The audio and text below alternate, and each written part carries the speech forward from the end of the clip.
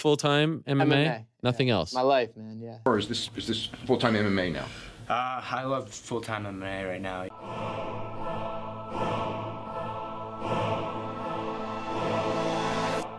Back to the daily grind. Thanks for checking out the channel.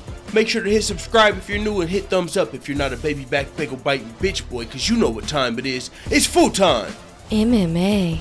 Yo, I can't blame this on just being young. Mickey Gall, I think he's turning heel low-key. I don't know. He's turning heel on me, bro. I'm cool with Mickey Gall, man. I don't know. I just feel like he should probably be in, like, I don't know, man, because the UFC has themselves in a weird predicament. They're known as the Ultimate Fighting Championship, the A-League, the people that were the best fight the best, you know, and they've always took pride in that. But as of lately, it's like, so what are you guys fucking saying? Bellator was right? The entertainment style is right? The fucking WWE walkouts, the crazy fights, the freak show fights, the Legends League fights, are you saying that that's right? If people want to see it, you're going to put it on. Or is it the best of the best? Because with the UFC starting to fucking turn into entertainment, it's like you're saying Bellator was right, I'm guessing. Because to me, from my understanding, Bellator's been those guys that are like, hey, we're going to do the entertainment over here. You guys go ahead and have fucking number 1 versus number 2. We'll take them fucking your stars and we're going to put them some shit shows together over here. And then we're going to put some real fights under that. But what I'm saying about Mickey Gall is, think about Mickey Gall and the 2 people he's fought in the UFC. Sage Northcutt and CM Punk. Oh, he's fought 3 people, actually. I think he fought another guy. I just forget his name because it's a guy we don't really know of. I forget his name, man. Randy Orton. I don't fucking know. Randy Brown. Or is that who he's fighting next? I don't know. You get the point, bro. Oh, I don't even know where to start with this, where to go with this. I'm glad I'm not fucking that big of a channel because I'd probably piss somebody off with this. I just don't get it, man. Mickey Gall, okay, first, let's, you know what, we're gonna read what this video's fucking about, because this is really why I'm kind of like, man, what the fuck is going on with this kid? Just a little bit. I mean, I might just be a little triggered. I'm about to go to work. I might be looking too far into this. But I don't think this is comedy. This nigga sounds serious as fuck. Listen to Mickey Gall, bro. Okay, before actually I read this, I gotta give you just a little bit more context. After his fights, he got the CM Punk fight and the Sage Northcutt fight by calling them out. Sage Northcutt, I want to knock the spikes out of that guy's hair. I just think he's corny. He got the Sage Northcutt fight. CM Punk, we're both like brand new. Let's fight. He got the fight, and that's when people started saying, "Oh, if you just want the fight, to get the fight you want, just call the guy out." Okay, so now everybody's calling people out. I mean, yo, I just gave Mickey Gall credit for the call out. That's not what I meant to do. He's the only reason people are saying, yo, if I call a guy out, I'll get him. We've also seen Nate Diaz call out Conor. But before all of these guys really probably thought about MMA, this shit's been going on. I mean, maybe not Nate Diaz. He's been around a lot longer than Mickey Gall. But come on. Anderson Silva, you absolutely suck. What the fuck are you talking about? Chael Sonnen's been calling people out and getting big fights off of losses his whole fucking career. Chael Sonnen's that nigga. How the fuck are you gonna come out and take credit for the motherfucking call out and that boy Chael Sonnen still exists? He's still alive. He's still fighting. Even though it ain't in the UFC, whatever the fuck you want to say, you better get the fuck off my boy Chael Sonnen's head. And yes, I am a huge Chael Sonnen fan. I don't give a fuck about his fights. I like the entertainment. I like the personality. I like his fucking, when he talks and he gets it. That's what I like. Hey, you guys, it's time to start being the fucking Demetrius Johnson. You notice how a lot of these guys, they were real quiet and they were against the entertainment aspect, but a lot of it's like they're fucking taking classes from WWE heels. Like, we've seen people coming out and start trying to like embrace the bad guy role, like Daniel Cormier, Demetrius Johnson starting to do it a little bit now. I mean, Tony Ferguson a little bit. He's been on Twitter, yo. I'm not doing a video on it, but Tony Ferguson's Twitter's been live lately. That nigga's been going in on fans, fighters, DC, Daniel Cormier, co-workers. Tony Ferguson's fucking lighting a fire on Twitter over on his account, bro. Oh, it's pretty good, bro. He's a kid. Oh, it's pretty good. He said some shit like Towel 7. Yo, he said Towel 7 to DC. Oh, you know Towelgate? He called that shit Towel 7 because he's with Eddie Bravo all the time, the conspiracy theorist. Tower 7, Towel 7, get it? He said Towel 7. Anyways, go check out Tony Ferguson's Twitter and give him a follow if you haven't yet, man. He's fucking bumped his game up. He's on there doing, letting people have it. So he's responding to fans. Hey, Tony Ferguson, that's what I'm talking about, turning heel. You know, you ain't gonna make a lot of fans by calling these people out, calling out your haters, but it's entertaining. Some people are gonna be like, come on, Tony Ferguson, he was just joking. But it doesn't matter, it's entertaining. It's gonna make people either, whether they wanna, if you've tried to get the fans to love you, and you know, oh, I want all the fans to fucking praise me, and I want them to like me, and it's not working, you can either be stagnant and just keep eating and no one will ever care, and you'll be somebody that's got low pay-per-view points, or if you realize, no matter what I can do, I can't get them to like me, then I need to make them fucking hate me. That's the other way to get money in this industry. And so when you're talking about the call out, and Chael Sonnen, I'm sure didn't even originate the call out, but I bet you there's gonna be some kids that didn't see Chael Sonnen fight, and they're gonna be like, oh, Mickey Gall did make everybody start calling people out. Just like me, in my head, actually, I can take it back to UFC 1 because my boy Aaron Burrell did request that I go watch UFC 1 a long time ago, and I did that. And back then, motherfucking like Frank Shamrock or whoever the fuck was fighting Royce Gracie in the finals, they were calling out like Royce. I mean, the call out goes all the way back out to WWF, WWE, bro. It goes before MMA. So listen to what fucking Mickey Gall had to say. I changed MMA, more specifically the culture of MMA for better. Or worse, it's a fact, and I did it with call-outs. Since I burst onto the scene calling people out, my colleagues have followed suit.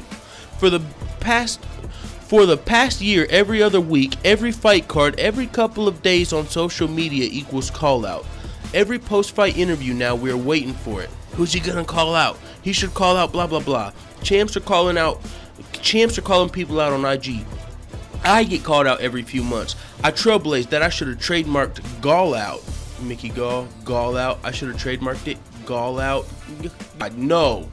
You better get the Gall out of here with that crap. He said, but for real, I love it. So, due to the fans, this is just the first way I changed the game in the highest level, and I'm just getting started. More reveals to come. You're welcome. Hashtag game changer, hashtag trendsetter, hashtag UFC 217. Maybe I'm too old for this fucking kid, and I'm only 26 years old. But, bro, this is rubbing me the wrong way. And speaking of your call-outs changing the fucking game, how'd your call-out go for you whenever you called out Dan Hardy? Whose bright idea was that? That was a pretty bad Gall-out. That was more of a Gall-out than a call-out. Dan Hardy, bro. Call out somebody either your age or your stat. Why are you trying to call out a dude that had to retire due to some injury? Now, if he comes back because he's healthy, you want to fight the old dude that's got ring rust. He wasn't ever at the very top of the game, Dan Hardy. He wasn't the champion to my knowledge. I mean, I think he did fight for the belt, but you get the point. It's not like Dan Hardy is talked about in the top 15 pound for pound greatest fighters of all time. And so for him to Dan Hardy said when he comes back, he's going to be fighting like one-off fights. Like, I'm not trying to clear a division out. I want like a money fight. I'll fight on a huge card or something. But that was even after this Gallout. So, Mr. I invented and changed the game with the call-out. Where the fuck did you cut? That was a pretty shitty call-out, bro, in my opinion. Dan Hardy, like, you got the fight you wanted with CM Punk and Sage Northcutt. Why didn't you call out someone a little more reasonable? I mean, if you invented the call-out, you should have been the one that perfected it. Because there's a lot of people that already do call-outs better than you, Mr. Fucking I changed the MMA game. Bro, that shit low-key is pissing me off. I don't know why. This shit's low-key pissing me off, bro. I probably shouldn't be getting triggered, bro. Just look at... Oh, when you look at Mickey Gall's face on this picture, this is the Mickey Gall I remember. But bro, he was on Ariel Helwani's show fucking with a fucking mustache and shit, bro. A fucking little beard. Oh, Mickey Gall. I like the kid, man. But what I was saying earlier is I don't even know if he should be in the fucking UFC. But I mean, I guess if you're going entertainment fan favorites, I'm just talking about as far as how far is Mickey Gall away from fighting the top contenders? And I know that's not all the UFC is about. It's not only who can beat the top contenders. But what I'm saying is, whenever you get put on people's radar, they start wanting to see you fight big names. They start wanting to see you fight contenders. I want to see Mickey Gall fight. Okay, he already beat CM Punk and Sage Northcutt. Now we all know who he is. Me as a fucking hardcore MMA fan, or even if I was a casual MMA fan, I would like to see, if I was a CM Punk fan, I would like to see the guy that beat CM Punk fight someone in the top 15. You know what I mean? But no, I don't know if we're going to get that, because that goes to the point I was talking about earlier. Mickey Gall is very marketable, man. He can talk shit. He calls people out. He's got the look. He's got the it factor. He's got everything you need to make a star. But to me, he's closer to Paige Van Zandt than Cody Garbrandt at this point. And when I say Paige Van Zandt, I mean he's marketable, but is he going to be a champion ever anytime soon? You can't call it. You don't know. It could happen. He could submit 2 guys and then get an immediate title shot and some shit happen and submit that guy on a whim. Who knows? But do I predict it happening? Not anytime soon. Mickey Gall or Paige Van, like I was saying, Paige Van Zandt needed to rush to that 125-pound title before anybody else like Joanna Jędrzejczyk or Valentina Shevchenko claimed it. People that are on that level. Elite mixed martial artists. I'm talking about cream of the crop, top of the top. Who do you got out of Paige Van Zandt and Valentina Shevchenko, or Paige Van Zandt and Joanna Jędrzejczyk? So I was hoping she could rush to that 125-pound title that's brand new, become a champion before all the killers moved into the division. But I don't know. That, to me, that's why I say Mickey Gall's a lot closer to that boat, because I mean, he's still young in the game. Maybe in 7 years, Mickey Gall will make it to the, you know, top 3 or something. Whenever all the guys, the vets are retired, and I just don't know where it's gonna go, bro. So I like Mickey Gall because he's entertaining. I want to watch his fights. Now, I don't know if he is at the. I just don't know if he should be in the UFC. Should he be in Bellator? Should he be in the LFA? And I say LFA because the LFA is supposed to be like the NCAA for the UFC. They say, you know, since we can't really build a star in the UFC because all we have are killers here, then that's why we got this LFA now. It was like the RFA and the LFC combined, and they said they want to try and be like a feeder league for the UFC. So if if you're starting off professional, you know, in the LFA, you might have somebody that's 10-0, you know, but they might not be ready for the UFC, whatever the fuck. So we're going to use the LFA, let these guys become more well-rounded until they can fight the killers. So that's why some of these people in the UFC, like Mickey Gall's submission skills, his jiu-jitsu skills are undeniable at this point. But I mean, actually, I can't deny him because I'm not a fucking jiu-jitsu guy. But I know some people, oh, I think Mickey Gall would submit Kevin Lee. I think you're fucking crazy. But at the same time, he does. He has submitted some people, right? I mean, he has submitted CM Punk. He has submitted Sage Northcutt. Can't just sleep on his jiu-jitsu. Not me. I'm just a fucking YouTuber. So he might be the best fucking jiu-jitsu player on the planet for all I fucking know. Because I don't know. But I would guess not. And so with that being said, man, I just hope he's able to fucking round out his game and all this shit before he gets thrown to the wolves. I mean, I don't know how many people the UFC can really fucking protect, though. You know, you've got guys, I don't know, I already talked about in the last video, but the UFC is not in the business of protecting people. I mean, there are some guys that, you know, the UFC is like, okay, this motherfucker's about to be a huge star, and he's already pretty fucking sick at fighting, so we're gonna fucking just give him some favorable matchups for now. And this is all just hearsay speculation. I don't fucking know if that's what happens, but to me, as somebody that researches the sport, that's kind of what it seems like, but I could be completely wrong. Maybe some of the guys Conor fought before Chad Mendes were actually collegiate, high-level top wrestlers. I don't fucking know, bro. But with that being said, this Mickey Gall out shit, this Mickey Gall stuff, like, this is a whole nother topic. This has got nothing to do with his fights. This has got nothing to do with who he's fighting next. It does have to do with that Dan Hardy call out, which was weird because you're probably not getting that fight because it looks bad on both people as far as I'm concerned. If Dan Hardy comes back and fights Mickey Gall and you win, cool story. I mean, That's not what you're trying to do. If you're trying to, you know, Dan Hardy's trying to submit himself as a legend in this game, which he already is. When you talk about him being iconic, his breakdowns, his analyst style, even when he was fighting, he might not have been the fucking longest reigning champion or whatever the fuck you want to say, but people tuned in to watch Dan Hardy. He's a cool ass dude and he's a fucking savage. I mean, so if he does get back in the octagon, which I know a lot of us are hoping for, I don't want it to be against Mickey Gall. Even though Mickey Gall galled him out. I want to see Mickey Gall, bro, after he fights Randy Brown, which is coming up, which is another interesting thing to me. He's fighting a guy that used to be his friend, and it's like, dude, we're ready to see you fight to some top competition. I mean, even if you're going to fight an unranked guy, come on, don't give me this bullshit. It used to be your friend and you didn't even think you would ever fight, but somehow he just kind of called you out. I just don't get that shit, bro. I don't get it. I don't get it, bro. A lot of shit I don't get, but that's not for me to get. We'll see what happens with Mickey Gall's career. I am interested to see what you guys have to say about him saying he changed the MMA game. What do you think about Mickey Gall saying he invented the Gallout? Or, I mean, there are a lot of people calling everybody out now, but literally that's what people told him to do. They were like, hey, why the fuck did Mickey Gall get the CM Punk fight? Hey, he called him out, bro. If you want to fight, call him out. And one thing I'll say is there's a lot of people like Kamaru Usman, just there's a lot of people who call people out. Who else? Kevin Lee was calling out a lot of guys. I can't think of everyone. There's some people that do grab the mic and do say, hey, I want to fight this guy. He's been dodging me. I want that fight. Motherfucking, and they still don't get the fight.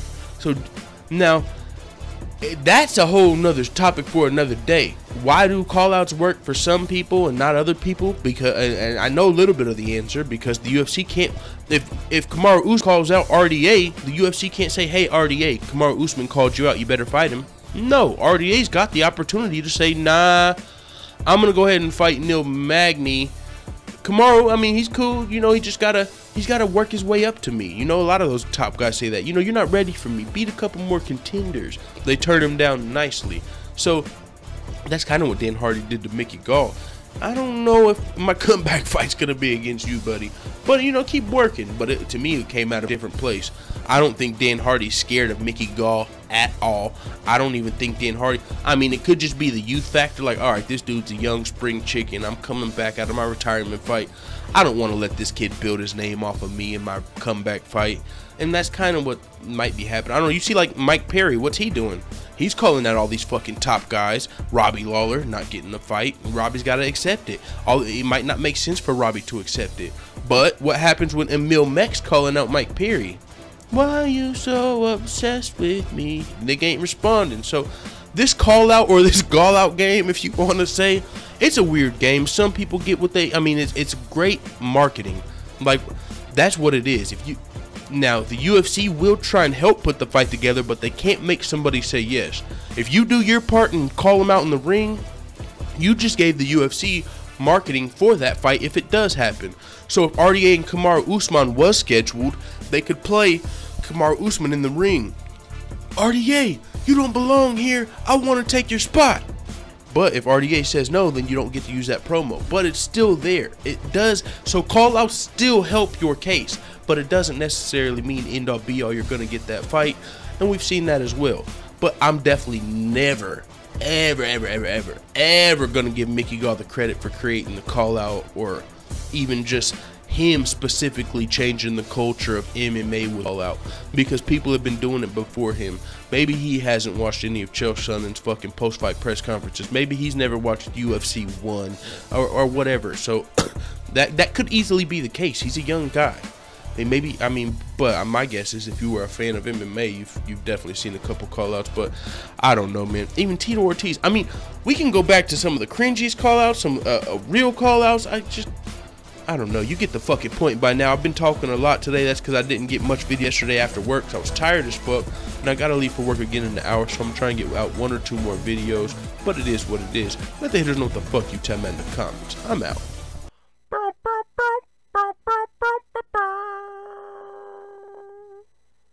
The dudes hating on the full-time family are the type of dudes that try to catch flowers at a wedding. Bye, Felicia.